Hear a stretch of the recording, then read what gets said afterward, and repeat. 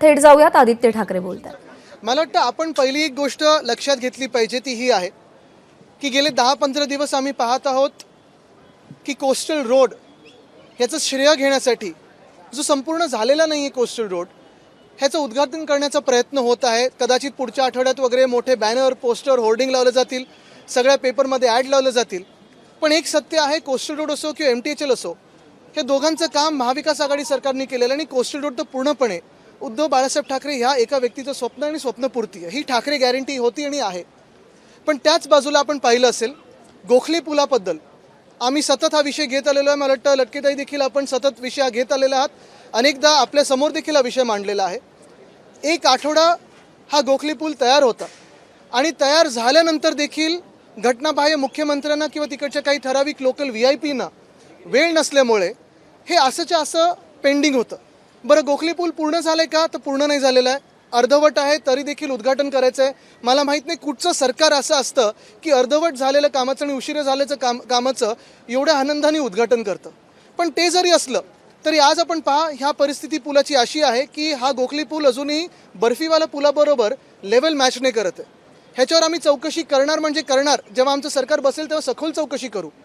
मग दुसरी गोष्ट त्याच्यात अशी आहे की हा उशिरा झालेला पूल असला तरी अजूनही त्यांनी सांगितले की आता नुसतं लाईट मोटर व्हेकल्स चालतील, सगळ्या काही व्हेकल्स चालणार नाहीत।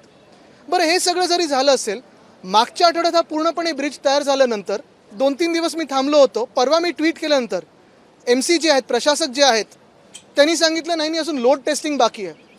मग तिकडचे स्थानिक आमदार आहेत, त्यांनी सांगितलं की अजून मॅस्टिकचंच काम बाकी आहे, म्हणजे पूल अजून पूर्णपणे झाला नाही आहे। काल मी पुन्हा एकदा ह्या बातमीला रिट्विट करत सांगितलं की दोघंही मुंबईकरांना खोटं सांगत आहेत, खोटं बोलत आहेत। जाऊन आपल्याला मी सांगितलं की आपण जाऊन पुलाची परिस्थिती पहा, आणि ती पाहिल्यानंतर दोघांनी लगेच सांगितलं की नाही आता 5:30 वाजता उद्या म्हणजे आज उद्घाटन करतील।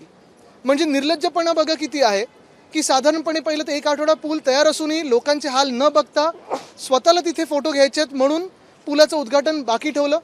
त्यानंतर 24 तास अजूनही, म्हणजे आज सोमवार आहे, महत्त्वाचा दिवस आहे, लोक कामावर जातात, कामातून घरी येतात, तरी देखील पुलाचं उद्घाटन झालं नाही आहे। तसंच डोमेस्टिक एअरपोर्ट जो आहे आपला विलेपार्ले सांताक्रूजच्या तिकडचा, पूर्णपणे हा पूल तयार आहे। गेले एक आठवडा लाईट वगैरे सगळं लावलेलं आहे, रंगरंगोटी झालेली आहे, पण बॅरिकेड लावून ठेवलेत कारण घटनाबाह्य मुख्यमंत्र्यांना वेळ नाही आहे। अंधेरीतला गोखले पूल असो किंवा इकडचं पार्ल्यातला हा पूल असो डोमेस्टिक एअरपोर्टचा, दोन्हीकडे स्थानिक आमदार भाजपाचे आहेत। पण दुर्दैव असं आहे की भाजपाला खोके सरकारबद्दल आहे प्रेम, कदाचित घटनाबाह्य मुख्यमंत्र्यांचा दबाव असेल किंवा प्रेम असेल, पण लोकांबद्दल काही सहानुभूती नाही आहे आणि म्हणून दोन्ही याचं उद्घाटन झालेलं नाही। तसंच काल पुण्याकडे होतो मी, पुण्यात देखील पाहिलं रुबी हॉल क्लिनिक ते रामवाडी ही मेट्रो गेले 1.5 महिना CMRS वगैरे सगळं टेस्टिंग होऊन तयार आहे, पण उद्घाटनाला वेळ नाही आहे म्हणून पुणेकरांना त्या सेवेपासून दूर ठेवलेलं आहे।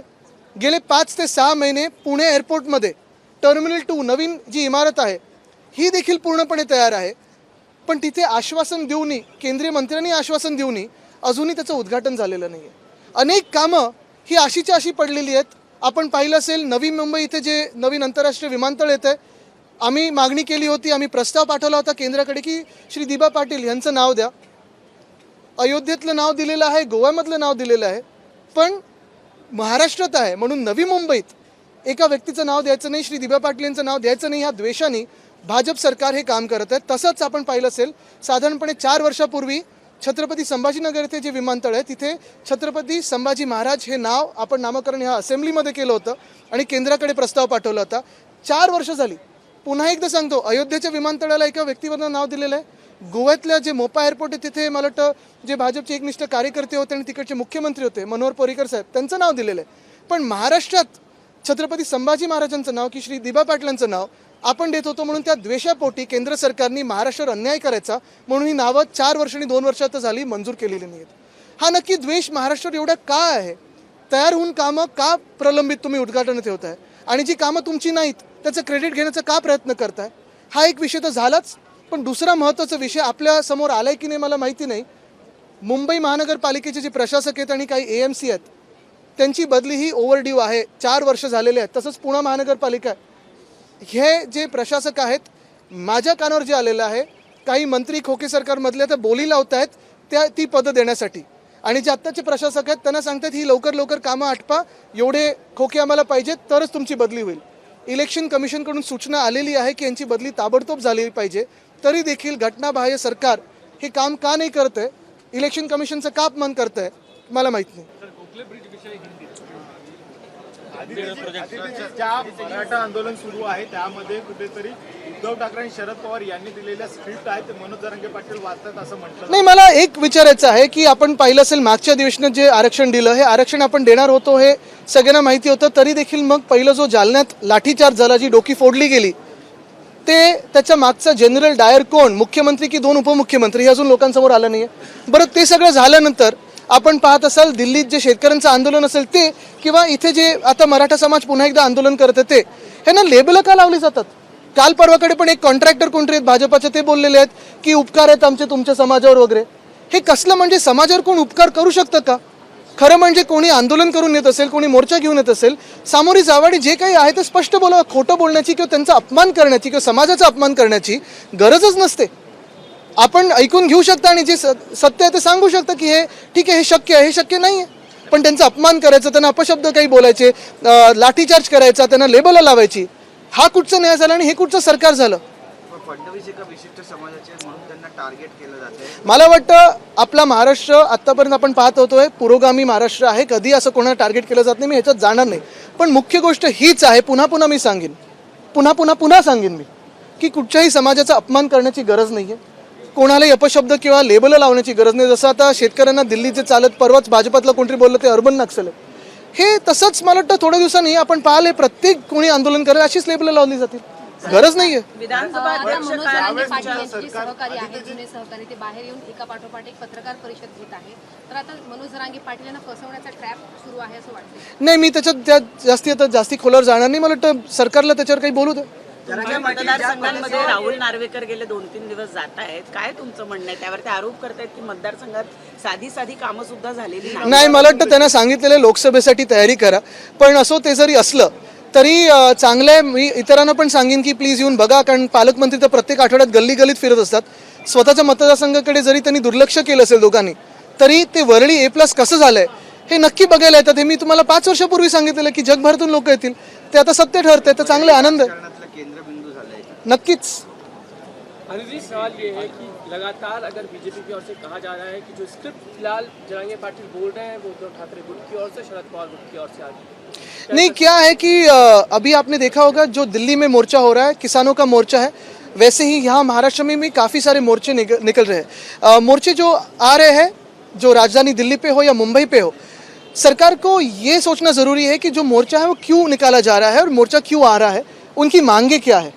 ज़रूरी नहीं है कि हर बार कोई मोर्चा निकाले तो उनको कोई लेबल चिपका दे, कभी कोई अर्बन नक्सल बोलता है, कभी कोई बोलता है ये स्क्रिप्ट से आया है, ये कुछ हो रहा है.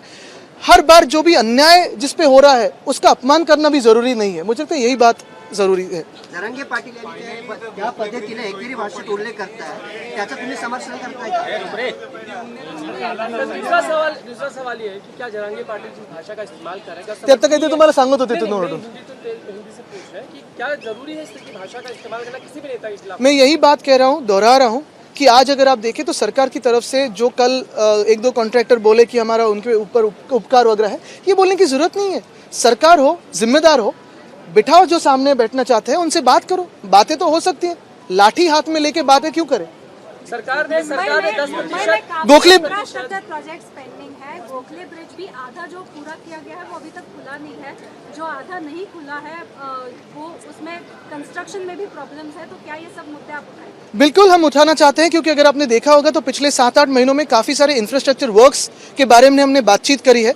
जो हमारे काल के जो काम थे, जैसे कोस्टल रोड हो, MTHL हो, क्रेडिट लेने के लिए रीब्रांडिंग होता है. MTHL का अटल सेतु हो गया, कोस्टल रोड का अभी आप देख रहे हो कि बड़े बड़े होर्डिंग के साथ शायद उद्घाटन हो सकता है. पहले 19 की तारीख थी, फिर बाद में तारीख पे तारीख आती जा रही है.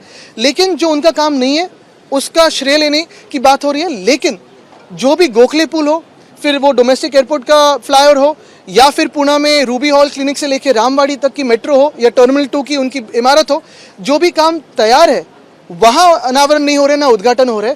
यही बात है कि क्रेडिट छीनने की बात हो या चुनाव के नज़दीक जाने की बात हो, मुझे लगता है यही सोच ये सरकार कर रही है. जनता की जो तकलीफें है वहाँ नहीं देख रही है. ये जो ठाकरे गारंटी है हमारी कि कोस्टल रोड पूरा होगा, वो तो हो चुका है. लेकिन पिछले साल जो रास्तों के काम हो चुके थे, जो भूमि पूजन हुआ, एक भी रास्ता आज पूरा नहीं हुआ है। अगर आप देखें तो गोखले पुल के भी बारे में, बर्फी वाला पुल से जो मिलता है, जो लेवल है, वो मिलती नहीं है। परसों मैंने ट्वीट किया कि गोखले पुल 1 हफ्ता लगभग तैयार है, लेकिन उद्घाटन नहीं हुआ क्योंकि जो हमारे अनकॉन्स्टिट्यूशनल सीएम साहब है उनको समय ही नहीं लोगों के लिए। तो अभी यही बात होती है कि अगर समय ना हो वीआईपी के पास या राजनेताओं के पास, तो गोखले पुल हो या फिर डोमेस्टिक एयरपोर्ट हो या फिर मेट्रो हो पुणे की या टर्मिनल 2 हो, खुले कर दो लोगों के लिए। क्यों चाहिए वीआईपी? वहां तो आपका खुद का पैसा तो है नहीं, जनता का पैसा है। एक और जहां सरकार ने 10% आरक्षण दे दिया है। बिल्कुल, मुंबई म्यूनिसिपल कमिश्नर हो, पुणे म्यूनिसिपल कमिश्नर हो, 4 साल तो हुए, लेकिन इलेक्शन कमीशन ने उनकी ट्रांसफर्स की ऑर्डर निकाली है, सरकार नहीं निकाल रही। क्या गफलत है? मुझे लगता है कोई ना कोई बिडिंग चल रहा है उसमें पोस्टिंग के लिए, ऐसे मेरे कान पे आया है। अगर गलत हो तो आप बता दीजिए। नहीं, एक बार 10% आरक्षण जब सरकार ने दे दिया है, दूसरी और मांग जो है जरांगे पाटिल की कुंभी सर्टिफिकेट, मांग उचित या अनुचित इसमें मैं नहीं जाऊंगा, लेकिन जो भी रिस्पॉन्स सरकार से आ रहा है, समाज का जो अपमान हो रहा है, मुझे लगता है ये उचित नहीं है। धन्यवाद। तर राहुल नार्वेकरांच्या वरळी दौऱ्यावर आदित्य ठाकरे यांनी टीका करत असतानाच कोणत्याही समाजाला टार्गेट केलं जाऊ नये असं म्हणत काल मनोज जरांगेंनी जे वक्तव्य केलं त्यावरही भाष्य केलंय। एबीपी माझा, उघडा डोळे बघा नीट।